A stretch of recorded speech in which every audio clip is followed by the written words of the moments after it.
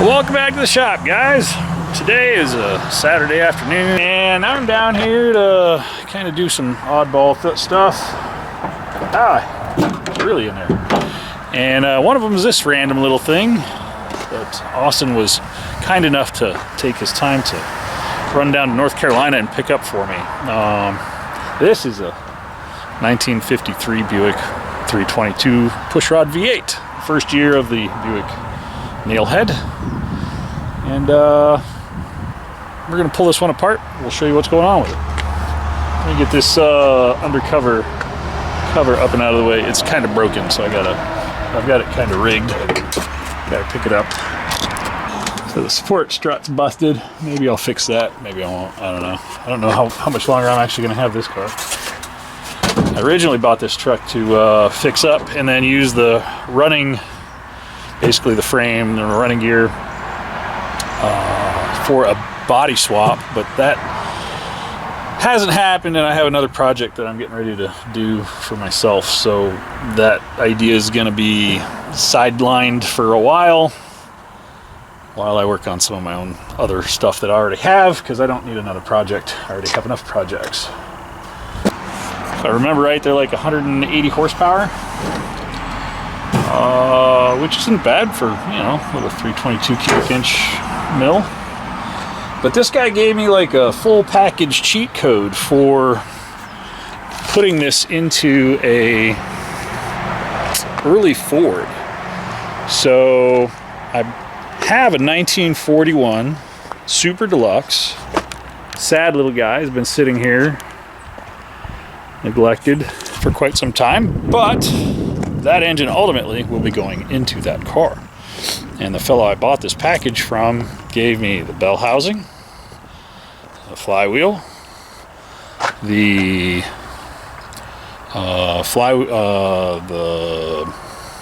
what's it called? Pilot bushing. Gave me the pilot bushing, which is a unique piece for this, because at this day and age they didn't really have pilot bushings for this, these manual transmission setups. He also gave me these Hurst engine conversion brackets. He basically pulled this engine out of an old Ford, like what I'm planning to put it into, so it worked out really well. And he gave me well, he didn't give me, I paid for it. And I got a tri-power intake for it, so it'll be a 3-deuce 322.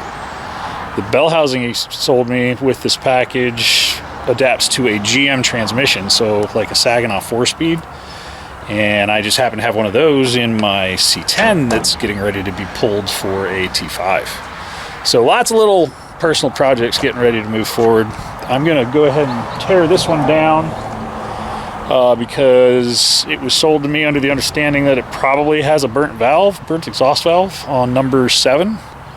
So we're gonna pull the heads, strip it down the block, put an entire new gasket set in it, probably put new main and rod bearings in it, and put it all back together. But that'll depend on what we see once we get it tore down.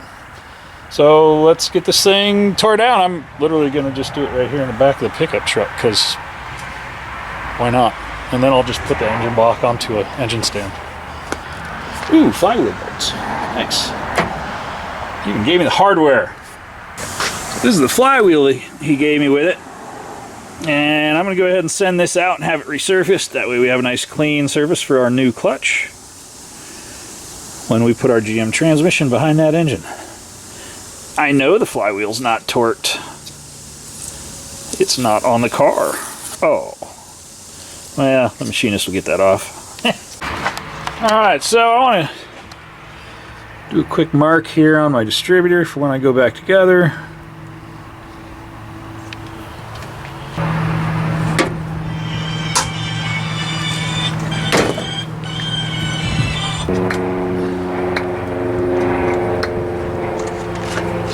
Aren't in bad shape. That rubber band.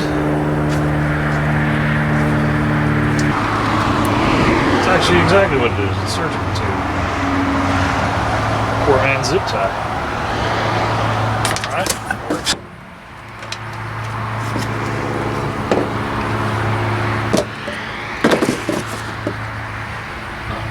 It's got some wear to it, but it should clean up okay.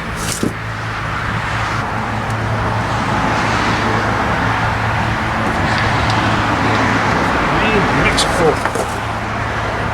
That looks fine. I don't have a timing pointer. Oh, shoot. Let's pop off the covers on our intake.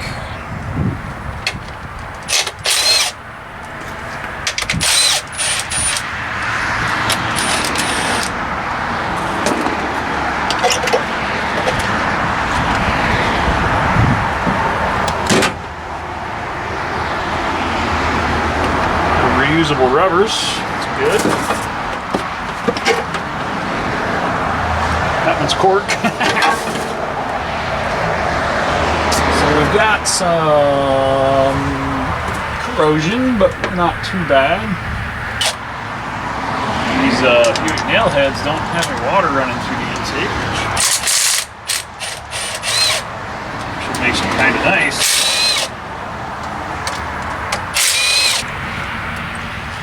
Get all our hardware cleaned up.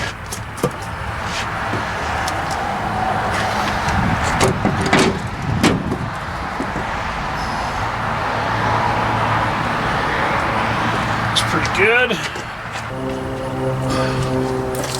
Ooh. Got the big O-ring on there.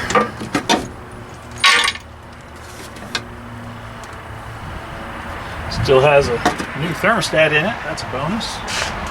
Let's pull our distributor, and then we can pull our cylinder heads, which I don't have to pull. I'll just pull it. Just get it out of the way. Pull our rocker. Cross that.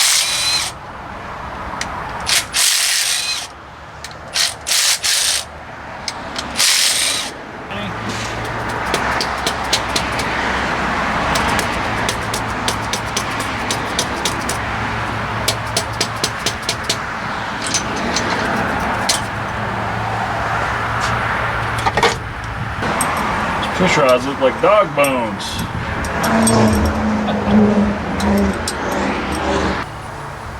All the valves are about the same height, so I'm not expecting to see like excessive wear in the seats.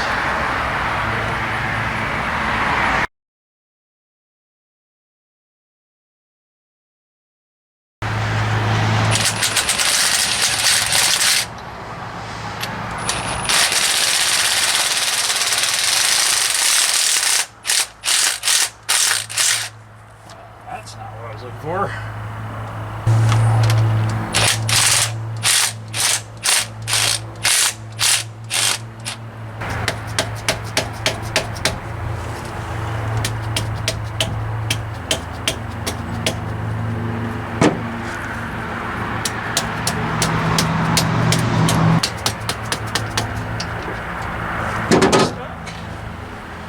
Get a pry bar.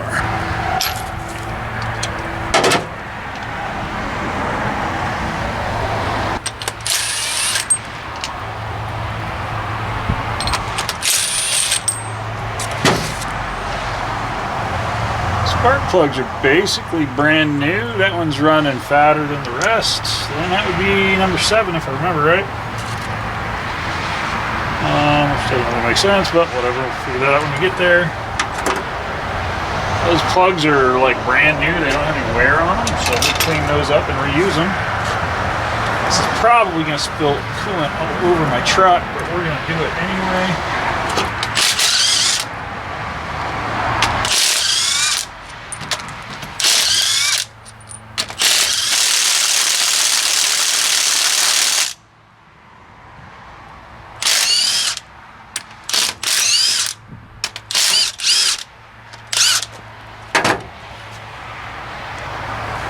Got the studs on this side for the spark plug wire covers, but it doesn't on the other side.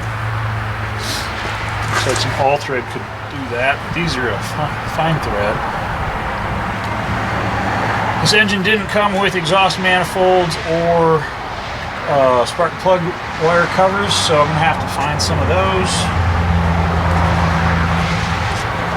That's okay, those shouldn't be too hard to come up with.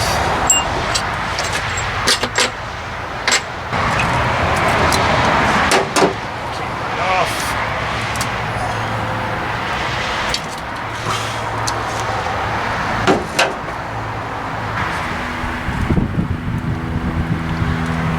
Don't have any damage on the pistons. A very small amount of ring ridge, which that's a good sign. I think this engine's going to do just fine. At least this side of it will. Now this should be 1357, and 7 was supposed to be the bad valve. I'll have to look at firing order for the old Buicks. That's a Felpro gasket, so the gaskets have been done.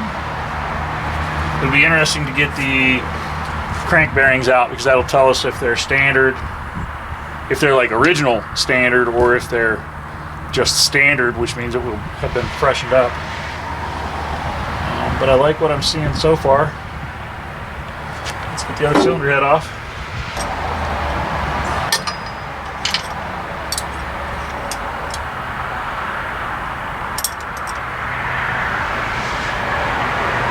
Those are solid push rods. The oil is delivered through the cylinder head, which is then delivered through the center tube, and that's what lubes the push rods and the valve stems. Pretty cool design from back in the day. Still used quite a bit by different manufacturers. Inside of the block isn't all scaly. That's a really good sign that this engine was really well taken care of through its life. I've had, specifically AMCs, I've had horrible problems with scale buildup inside the coolant passages. And we could never get them to clean right, or to cool right, until we tear them apart and clean the galleys and tank them and scrape. And I use drill bits to get it, go down there and knock all the crud loose. Sometimes the cooling system is just horrifically dirty inside, and it prevents you from being able to cool your engine correctly. It's funny, you could almost clean those gaskets off and reuse them. They're just a steel shim. Let's see if we can rotate this guy around. I'm going to want to put this on an engine stand and bag it so we can roll it upside down. Looks like the dipstick's broken off. Still usable. It does still have a full belly of really clean oil in it.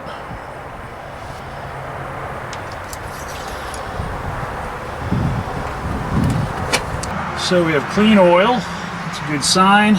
This has a rear sump oil pan on it. That's a win. I'm not sure I can use that, but we'll figure that out when we get there. At least not in this car, but I could use that rear sump in a, well, the GS, like the 60s cars were a different dimensions than the older ones. The interchange, I think, is 52 to 56, and then 57 to 62, and then 63 to 66 for the nail heads for interchange. So let's get this head off.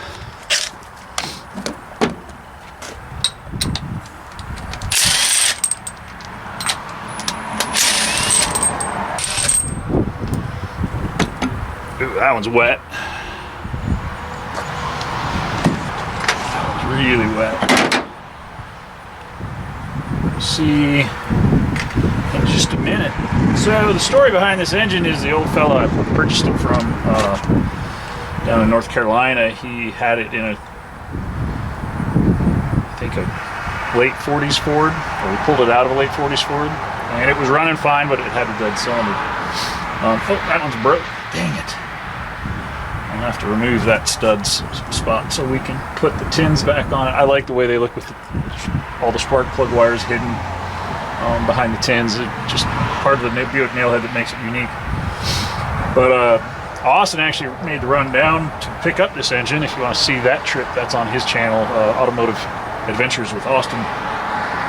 Check that video out, because he made the run down and back over the course of a couple days, and it was pretty uneventful in this old pile of a truck. And ironically, I'm going back down to North Carolina to get something else probably in 2 weeks. But that's for another day. But yeah, it's pretty cool little bit so far. Let's get these head bolts out.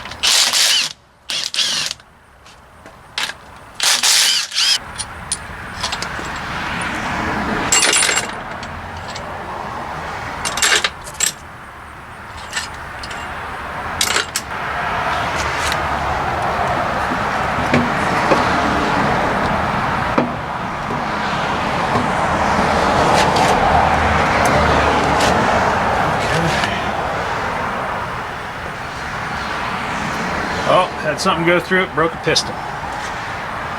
So, this must be number 7. So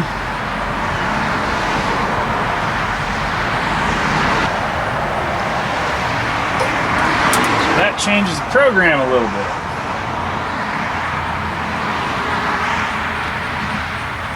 I'll have to pull that guy out and see. So I'd say that's our problem right there. That's why we have no compression. And I'm expecting to see the exact same thing in the other 53 Buick that we were hoping to use this engine for. So the idea with this engine, to purchase it upright, to purchase it in the first place, was to put this into Bobby's 53 Buick, the blue convertible I've been working on for a little bit. And it may or may not still happen. Let me get this onto a stand. We'll get the oil pan pulled off. We'll get the slug pulled out of the hole. We'll see if there's damage to the cylinder wall. If I can just run a cylinder hone through it, clean it up, probably run it. It's probably going to use oil. If we do that, typically when you just hone a cylinder, you end up with pretty bad oil consumption issues or engine blow by once the engine gets hot. That happens a lot. I had a Mustang come in here one day and he's like, yeah, I don't know what's going on with my engine. And I'm like, well, fire it up. And I fired it up and I pulled the oil cap off, and after about 5 minutes of it idling, there's just a fog of combustion gases coming out of the crankcase. I'm like, yeah, your rings are bad. And he's like, well, I just rebuilt it. I'm like, well, what was your definition of rebuilt? Because my definition of rebuilt is fresh bore pistons and rings. It's not just running a hone through the cylinders and putting the rings on it. That would be a refresh or re-ring, and that's a completely different thing than a rebuild. So people get their terminology mixed up, and it's always entertaining to see some of the stuff that goes down, because there are definitely some sins committed to some of these pieces of equipment that we get in here from time to time. This one, I don't know, the valves look okay. So why did the piston break a chunk? I don't have that answer, but we have to fix it. So I'm gonna get this on a stand, and we'll get that piston pulled and the rod. We'll check bearings, and we'll go from there. That'll probably be the next little bit on this little stray 322. Thanks for watching. Click like, subscribe, leave us a comment below. You guys have a great day. We will see you on the next one. Well, you'll see us on the next one. Have a great one. See you soon.